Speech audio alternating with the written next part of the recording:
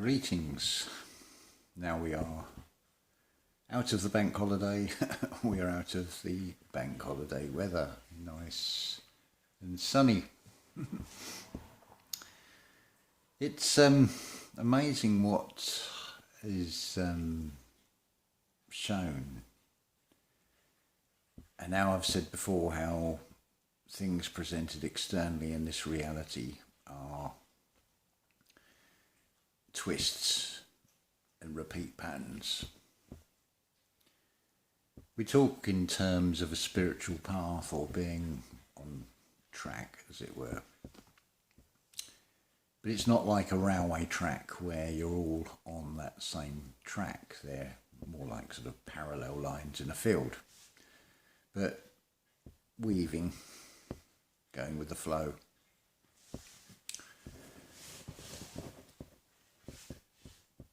So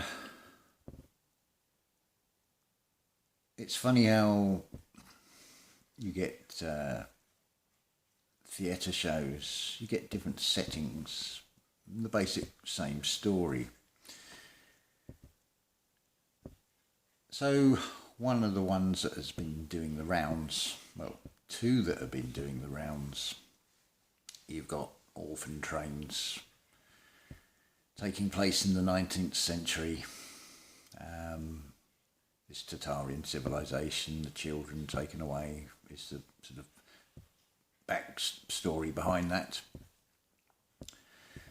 But an orphan, what is an orphan? By definition, it is someone who doesn't know who their father or mother is. It was repeated in Operation Pied Piper. For example, Brighton is on the south coast, 60 miles directly south of London. So it makes absolute sense to evacuate children from London to the south coast, closer to this enemy coming across the water, and then having to be a second evacuation, which looks like most of the children from the south went north. Those from the east went west. So East Anglia area, the children would have ended up in Wales, so sort of see the cross there. And of course, the asylums that are associated with that whole thing as well. But the craziness, I think you can see going on currently. It's just the same story being played out again. I used the term needlecraft, and credit where credit is due, and it's also a channel recommendation to Thomas Sheridan 2 channel, an Irishman with a very level-headed look at things, and I think a very, very fair, oh dear, half a face just going past the window, out in the air, looking a little bit blue from sort of nose downwards. And I think Thomas gives a very fair assessment how this system has gone into psychopath to absolute psychosis. Now I can believe this from my own personal experience of working for British Rail at one time. He was talking about the old CIE in Ireland, and a week before shutting railway lines, they paint the stations. Which would have been fine if it had just mothballing them and then bringing them back into use. But you just look at the patterns with everything. We are all crazy to have allowed things to get to this level, but that's the way it goes. Now, if you listen to Thomas, some of his other videos, he's coming from a perspective of Norse mythology, European mythology, as it were, Odinism, and he slates the Abrahamistic religions. That would seem, from what I've said, that would be a polar opposite. Well, I disagree, because remember that whatever angle you look at these things, whether we want to call it Jesus or we want to call it Jesus, it's the same characters, the same personalities. I mean, I've got no problem with the whole idea of ripping apart the ridiculous literal story. I mean, you could say, look, so Joseph was a carpenter, and like you got 9 months to start preparing. If you're a carpenter, I'm sure you could knock together a crib, away in a manger, as the Christmas carol goes. It just sounds like some cheap weekend package, but hey, of course you're not going to get room in a hotel at that time of year. It's Christmas, for fuck's sake. But taking it literally like that is just so insane. Danny, on passing by 33, is I totally agree with this, that religion is the biggest lie that has ever been played on humanity. And interestingly, whatever perspective, the Thomas Sheridan video, I've linked it into the playlist that precedes this one. He's saying about just be still. Danny is saying clean your house, be still, meditate. I've said still the body, still the mind, we meditate. Cheryl's Daily Card for Positivity page on Facebook is saying the same thing today. Just be quiet, be still, just let the insanity go on. The latest theatre show is Belinda Gates. Man-Lied Gates are going through a divorce. So maybe there's just one too many pricks in that relationship. And it's all starting to break down perfectly, because you don't want a sudden crashing down and going into the insanity of something like a Mad Max 2 film scene, where you'll end up with just gangs and an awful lot of vulnerable and innocent people getting killed or hurt, and unnecessary bloodshed, and hardly what this age of standing in our power is all about. So yeah, just be aware of what is going on out there. This is the walking the two worlds, but at the same time, just feel no fear from it. Just see it for the theatre show that it really is. I mean, it's just it's not even a wonder, because whatever seems to come up, it's just another incredibly insane and stupid story that it just beggars belief.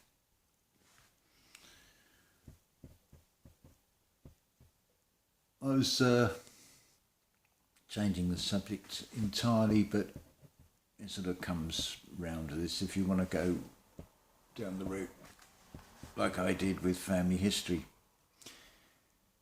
funny enough, these days you can save yourself a bit of money.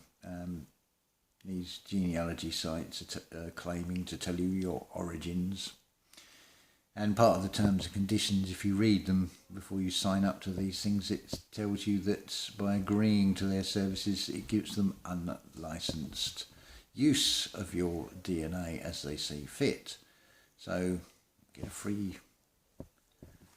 up the nose, deep where it's going to penetrate the blood-brain barrier, you know, save yourself a lot of trouble. You'll get to know your origins and your destiny, I should think, if you go down that route. But it's a bold claim to tell us the origins when, as far as I know, nobody knows the origins of humanity. And of course, you can get different sets of results depending on which one you go, because it's based on current demographics. So it's not even historical.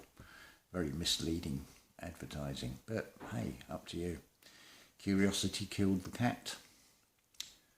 But the point of this is, when I look at the family history and I look at the one branch were yeoman class farmers, and you watch over the centuries how that wealth filters and dilutes, and by 1850s many of them were resident or inmates, as they were referred to, in workhouses. So it's quite a sort of step down. Yeoman class farmers were sort of one down from the gentry in terms of material wealth.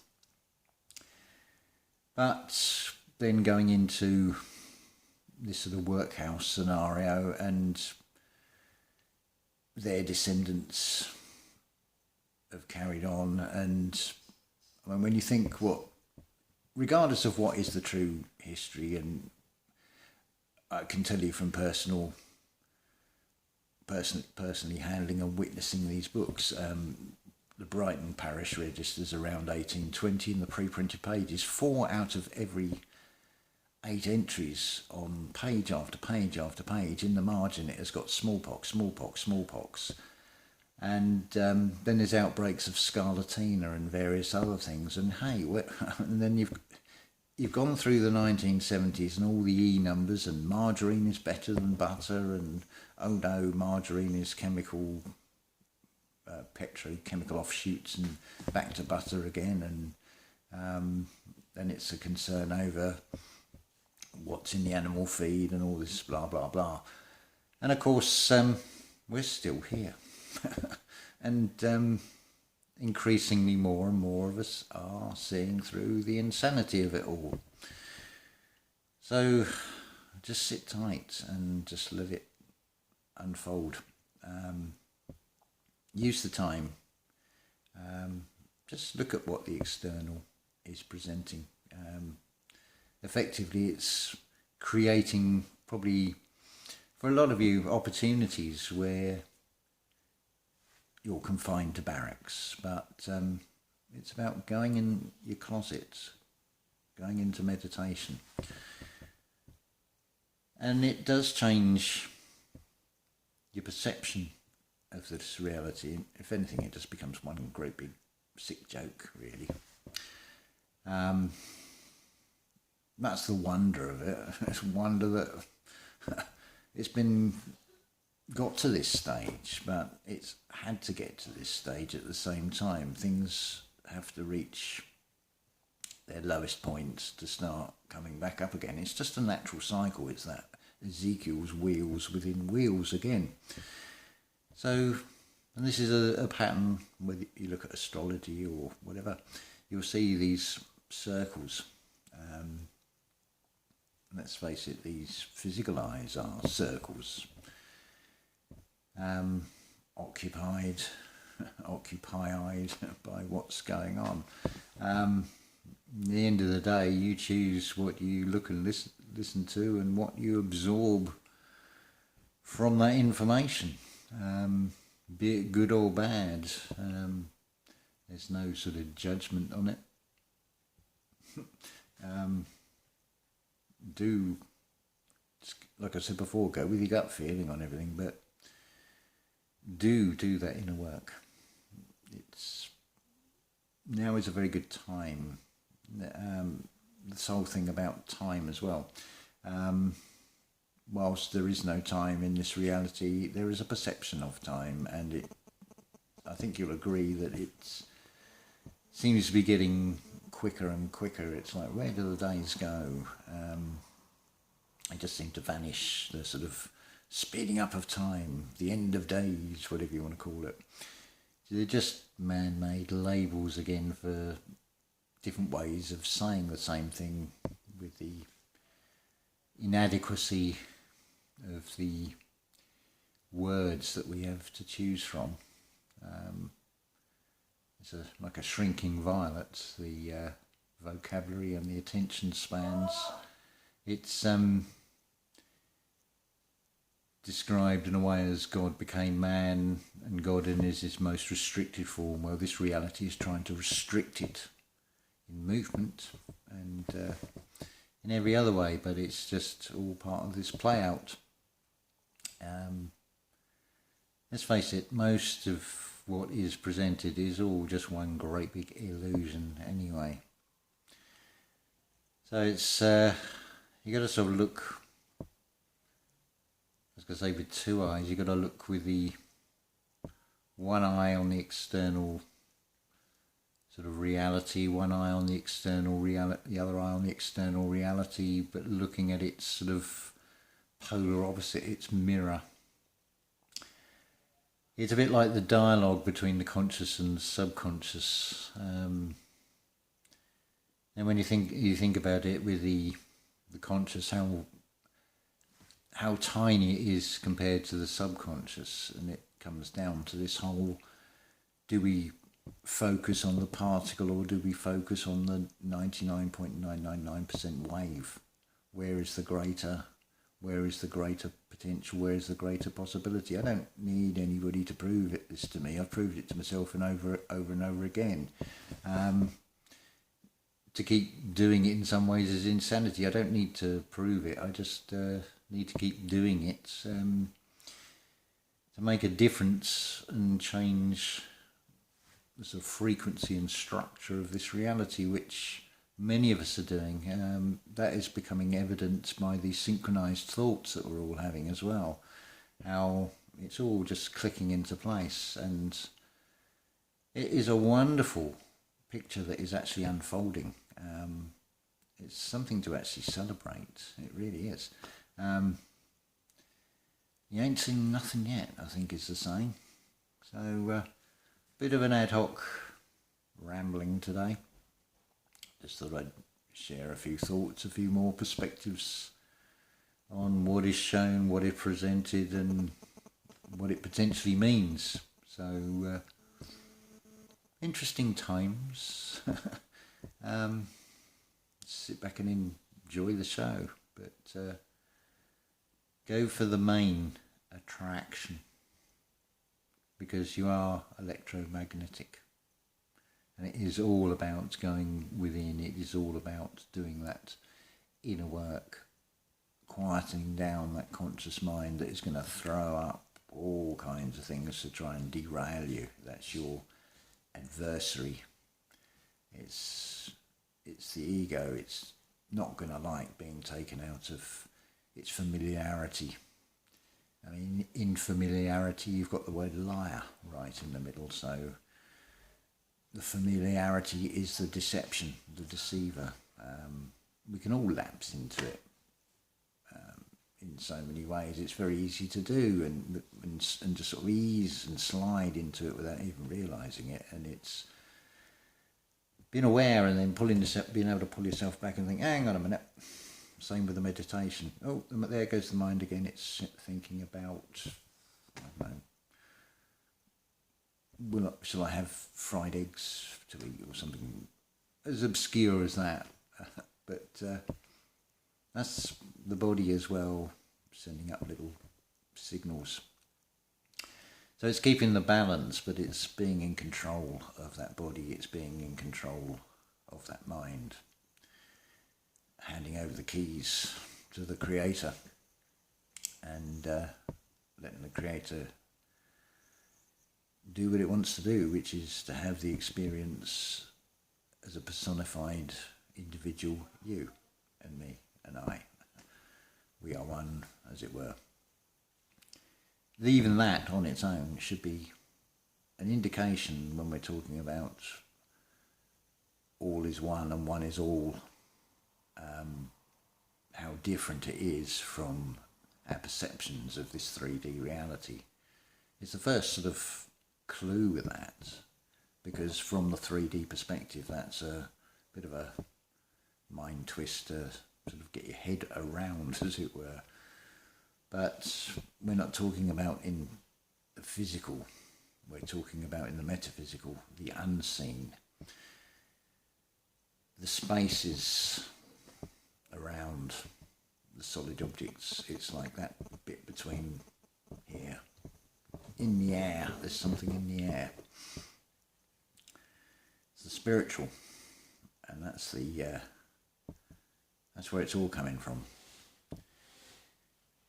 As going back to what Thomas was saying about coming from the north. It's this, looks like that is those early signs of that magnetic wave that's expressed as the weighing of the heart against the feather, that will sweep and do like an X-ray and go right through everything.